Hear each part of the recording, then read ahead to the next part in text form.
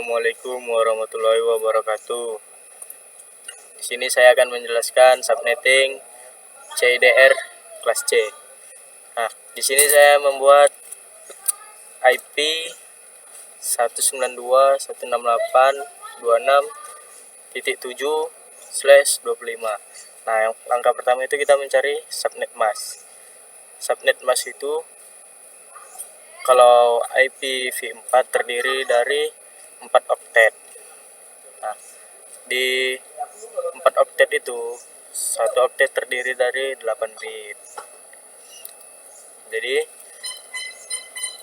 kita masukkan angka 1 sebanyak 25 kali. Kenapa 25? Karena dia mengikuti jumlah slash, yaitu slash 25.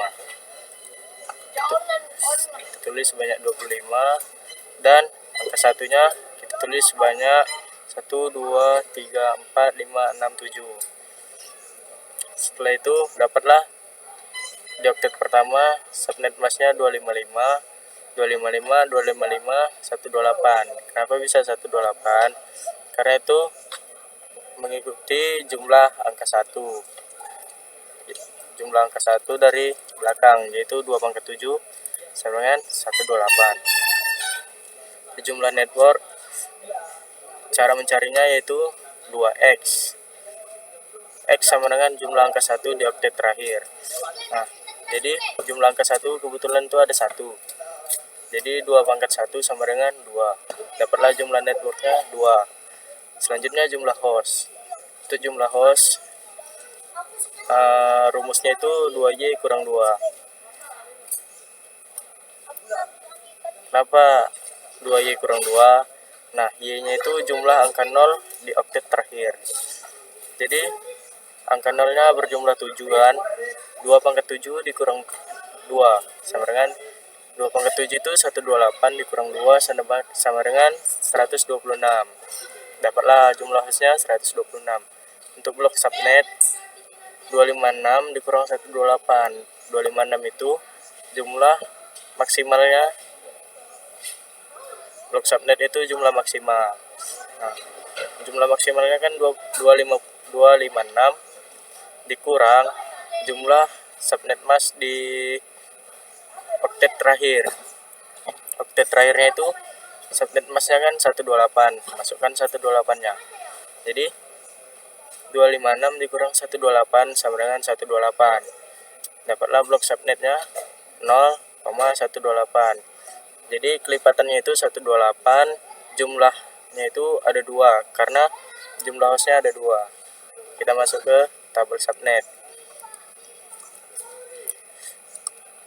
Tabel subnet, masukkan subnet, host pertama, host terakhir, dan broadcast. Untuk subnet kita masukkan 192.168.26.0. Nah, 0-nya itu dapat dari blok subnet yang pertama, yaitu 0.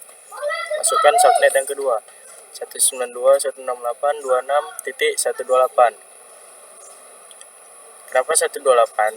Karena dia mengikuti blok subnet yang kedua tadi, 128. Nah, selanjutnya kita mencari host pertama. Host pertama itu tinggal kita menambahkan 1 dari subnet. Nah, jadi 192.168.26.1. Selanjutnya yang IP selanjutnya 192.168.26.129. Nah, selanjutnya itu kita mencari broadcast terlebih dahulu. Untuk broadcastnya kita dapat dari subnet selanjutnya dikurangi 1. Nah, dapatlah 192.168.26.127. Untuk broadcast selanjutnya, karena itu sudah terakhir, jadi kita bikin 192.168.26.255. Untuk host terakhir 192.168.26.126. Kenapa bisa gitu? Karena dia dikurangi 1 dari IP broadcast. Dapatlah 126. Untuk yang selanjutnya 192.168.26.254. Nah, untuk selanjutnya kita masuk ke VLSM. Jadi pertama-tama itu kita membuat soal. Nah, contoh soalnya itu seperti ini. sebuah perusahaan teknologi bernama Teknova baru saja pindah ke gedung kantor baru dan ingin membangun jaringan internal yang efisien. Perusahaan ini memiliki alamat IP utama yaitu 192.168.10.7/24. Nah, divisi IT diminta untuk membagi jaringan berikut ke dalam beberapa subnet sesuai kebutuhan setiap departemen dengan kriteria berikut. Yang pertama, departemen administrasi membutuhkan 60 host, departemen keuangan membutuhkan 30 host, departemen pemasaran membutuhkan 14 host, departemen SDM membutuhkan 6 host, dan departemen IT membutuhkan 2 host. Nah, langkah pertama itu kita mengurutkan host dari yang terbesar. Nah, kebetulan kan itu sudah terurut dari yang terbesar sampai yang terkecil. Jadi kita tinggal tulis saja. Nah, langkah kedua itu menentukan prefix. Nah, untuk menentukan prefix, dia 2 pangkat berapa yang hasilnya mendekati jumlah host dengan ketentuan tidak boleh kurang, tidak boleh pas. Dia harus dilebihkan 2.